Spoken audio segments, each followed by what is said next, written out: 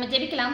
ஏசப்பா துதிக்கிறோம், செலுத்தும் தகப்பனே. வெள்ளிக்கிழமை ஆராதனைக்கு எங்களை குட்டியாந்து சேர்த்திருக்காய் நன்றி தகப்பனே. தடைப்பட்ட ஒவ்வொரு விசுவாச பிள்ளைகளும் தடைகளை உடைத்து நீரே கொண்டு வர போறதுக்காய் நன்றி தகப்பனே. ஆராதனை செய்யும் வேலையில நீரே அசைவட போறதுக்காய் நன்றி தகப்பனே. உங்க மகிமையினால் என்னை நிரப்ப போறதுக்காய் நன்றி தகப்பனே. மீதியான வேலையை நீரே பொறுப்பெடுத்துக் கொள்ளணும். ஏசும்லா ஜெபக்கிலும் நல்ல பிதாவே, ஆமேன். நம்ம இப்போ பாடப்போகிற பாடல் வந்து உம் அழகான கண்கள் என்னை கண்டதாரே. அவருடைய கண்ணு நம்ம கிருபை கிடைக்கலன்னா நம்ம இத்தனை நாள் வரையும் நம்ம இருக்க முடியாது. நம்ம பற்றி யாருமே புரிஞ்சிக்க மாட்டாங்க. ஆனால் ஏசப்பா மட்டும்தான் நம்மளை பற்றி எல்லாமே புரிஞ்சவராக இருக்கார். அந்த விசுவாசத்தோடு இந்த பாடலை பாடலாம். உம் அழகான கண்கள் என்னை கண்டதாலே முடிந்ததென்று நினைத்து நான் உயிர் வாழ்கின்றேன்.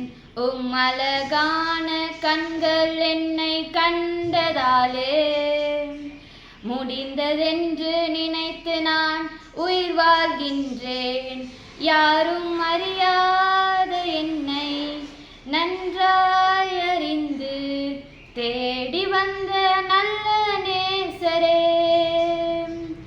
யாரும் அறியாத என்னை நன்றாய் அறிந்து தேடி வந்த நல்ல நேசரே. உம் அழகான கண்கள் என்னை கண்டதாலே முடிந்ததென்று நினைத்து நான் உயிர் வாழ்கின்றேன். தூக்கி எறியப்பட்ட என்னை வேண்டுமென்று சொல்லி சேர்த்து கொண்ட நல்ல நேசரே. தூக்கி எறியப்பட்ட என்னை வேண்டுமென்று சொல்லி சேர்த்து கொண்ட நல்ல நேசரே. உம் அழகான கண்கள் என்னை கண்டதாலே முடிந்ததென்று நினைத்து நான் உயிர் வாழ்கின்றேன். ஒன்றும் இல்லாத என்னை உம் காருண்யத்தாலே உயர்த்தி வைத்த நல்ல நேசரே. ஒன்றும் இல்லாத என்னை காருண்யத்தாலே உயர்த்தி வைத்த நல்ல நேசரே. உம் அழகான கண்கள் என்னை கண்டதாலே முடிந்ததென்று நினைத்து நான் உயிர் வாழ்கின்றேன். கர்த்தருடைய வார்த்தைக்கு செல்வோம். எபிரேயருக்கு எழுதின நிருபம் 11வது அதிகாரம் 6வது வசனத்தை வாசிப்போம். விசுவாசம் இல்லாமல் தேவனுக்கு பிரியமாய் இருப்பது கூடாத காரியம். ஏனென்றால் தேவனிடத்தில் சேருகிறவன் அவர் உண்டென்றும் அவர் தம்மை தேடுகிறவர்களுக்கு பலன் அளிக்கிறவர் என்றும் விசுவாசிக்க வேண்டும். பாருங்க, தேவன் நமக்கு பலன் அளிக்கிறவன் அப்படிங்கிறத நம்ம விசுவாசிக்கிறோம். அதனால இந்த வார்த்தையும் இந்த தியானங்களையும் நம்ம ஆண்டவரிடத்துல ஒப்பு கொடுத்து அவர் வேதத்தில் உள்ள அதிசயங்கள்லாம் பார்க்கும்படிக்கு நம்முடைய மனக்கண்களை அவர் பிரகாசமாக்கி பரிசுத்த ஆவியானவர் நமக்கு வழிகாட்டும்படி ஒப்பு கொடுப்போம். சரி, நம்ம தொடர்ச்சி அதை குறித்து பார்த்து கொண்டு இருக்கிறோம். விதைப்பும் அறுப்பும் அப்படிங்கிறத பார்க்கணும்.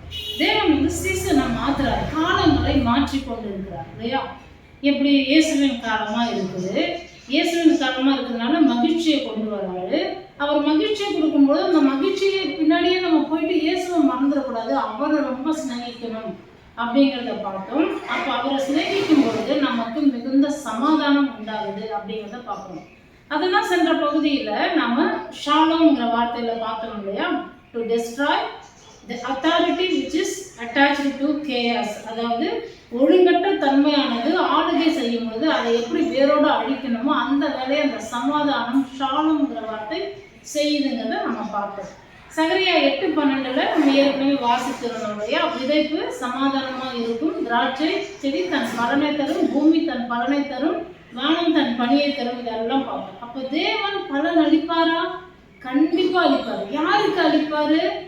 விதைப்புக்கேற்ற பலன் உண்டுன்னு வேதம் சொல்லுதுன்னா நாம் அவரை நம்பி அவரை சார்ந்து கொள்ளும் பொழுது கட்டாயமா நம்மளுக்கு பலன் உண்டு. நம்முடைய ஒவ்வொரு செய்கைக்கும் பலன் இருக்கிறது. அதனாலதான் நம்ம எந்த ஆக்ஷன் பண்ணாலும் every action there is an equivalent and opposite reaction.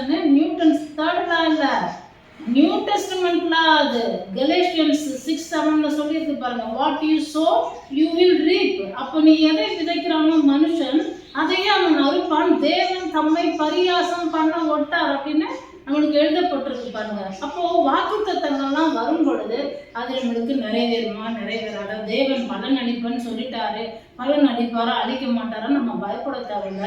கர்த்தர் சொன்னதை நிறைவேற்றுகிற தேவன். 2 கொரிந்தியர் 1:20 சொல்லப்பட்டிருக்கு, வாக்குத்தத்தங்கள் எல்லாம் கிறிஸ்துவுக்குள் ஆம் என்றும் ஆமேன் என்றும் இருக்கிறது. அப்ப எல்லாருக்குமே நிறைவேறுமா? எல்லா வாக்குத்தத்தங்களும் நிறைவேறுமா? கண்டிப்பா நிறைவேறும். ஆனா ஒரு சில விஷயங்கள் நம்ம பண்ண வேண்டியதா இருக்கு. ஏன்னா நிறைய பேருக்கு என்னன்னா, கிறிஸ்தவங்க அவங்க ஞானஸ்நானம் எடுத்ததுனால நிறைவேறும், ஞானஸ்நானம் எடுக்கலனாலும் நிறைவேறுமா அப்படி எல்லாம் நிறைய பேர் நினைக்கிறாங்க.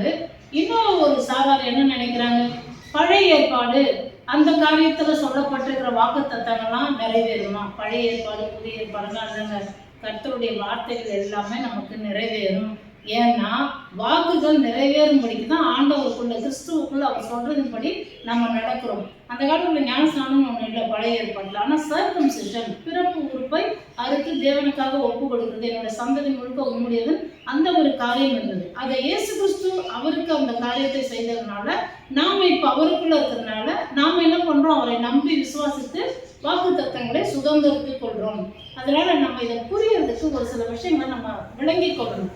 எப்படின்னா, நம்ம சரீரம் இருக்கு, நம்ம சரீரத்துல ஒரு அன்ஹெல்தியான காரியம், ஆரோக்கியம் இல்லாத காரியம் எப்படி வருது அப்படின்னு பார்த்தா, நிறைய டாக்டர்ஸுங்க சித்த மருத்துவம் அவங்க தான் சொல்றது, நல்ல சாப்பாடு ஒழுங்கா சாப்பிட்டீங்கன்னா எல்லாமே இருக்குன்னா சில பிரச்சனைகள் வரும், கேஸ்ட்ரிக் ட்ரபிள், வாயு தொல்லை, அது மாதிரிலாம் சொல்றாங்க.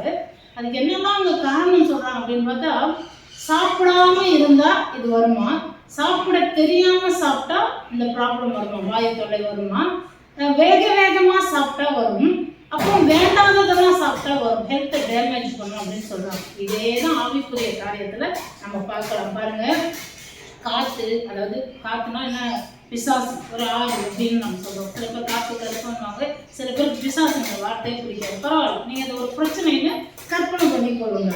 அப்போ வேத வசனத்தை நம்ம சாப்பிடலன்னா, ஆவிக்குரிய உணவை நம்ம ஆவிக்குரிய மனுஷனுக்கு போடலைன்னா கண்டிப்பா சில பிரச்சனைகள் வரும், பிசாசின் கிரியைகள் வேதனைகளும் நம்ம சந்திப்போம்.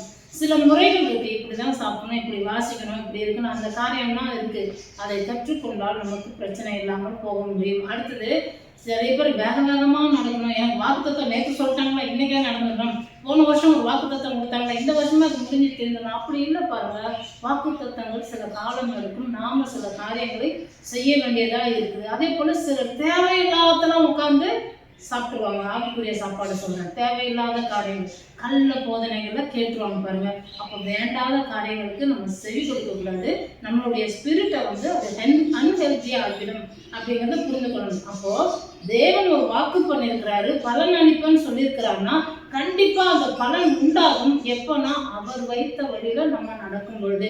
எபிரேயர் 10:23 சொல்லுது, நம்முடைய நம்பிக்கையை அறிக்கையிடுகிறது அசைவில்லாமல் உறுதியா இருக்கணும். நமக்கு ஒரு நம்பிக்கை இருக்கு, தேவன் இதை செய்வேன்னு சொல்லிட்டாரு, ஆண்டவரே நீ இதை செய்வேன்னு சொல்லியிருக்கிறிய, செய்யுங்கன்னு சொல்லி தினந்தோறும் அதை அறிக்கையிடுறோம்னா, போன வருஷம் கொடுத்த வாக்குத்தத்தை அப்படியே மறந்துட்டு நம்ம இஷ்டத்துக்கு அசதியா இருக்கிறோமா, சோம்பல்தனமா இருக்கிறோமா, அதெல்லாம் ரொம்ப முக்கியம். ஏன்னா புதிய ஏற்பாடு பழைய ஏற்பாடு அப்படிலாம் இல்லை. பாருங்க, இந்த வாக்குத்தத்தம் நிச்சயமா நிறைவேறும். கர்த்தர் ஒரு வார்த்தை சொல்லிட்டாருன்னா அது நிறைவேறும். பலன் கொடுப்பான்னா கொடுப்பாரு. சங்கீதம் 84:11 ரொம்ப தெளிவா சொல்லுது, உத்தமமாய் நடக்கிறவர்களுக்கு நன்மையை வழங்காது இரார்.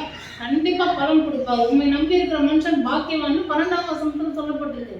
2 தீமோத்தேயு 2:6 சொல்லப்பட்டிருக்கு, பிரயாசப்பட்டு பயிரிடுகிறீர்கள், நீங்க அதுல முந்தி பலனடைய வேண்டும். அப்போ நம்ம கர்த்தருக்காக ஓடி வரோம், கர்த்தரை தேடுறோம்.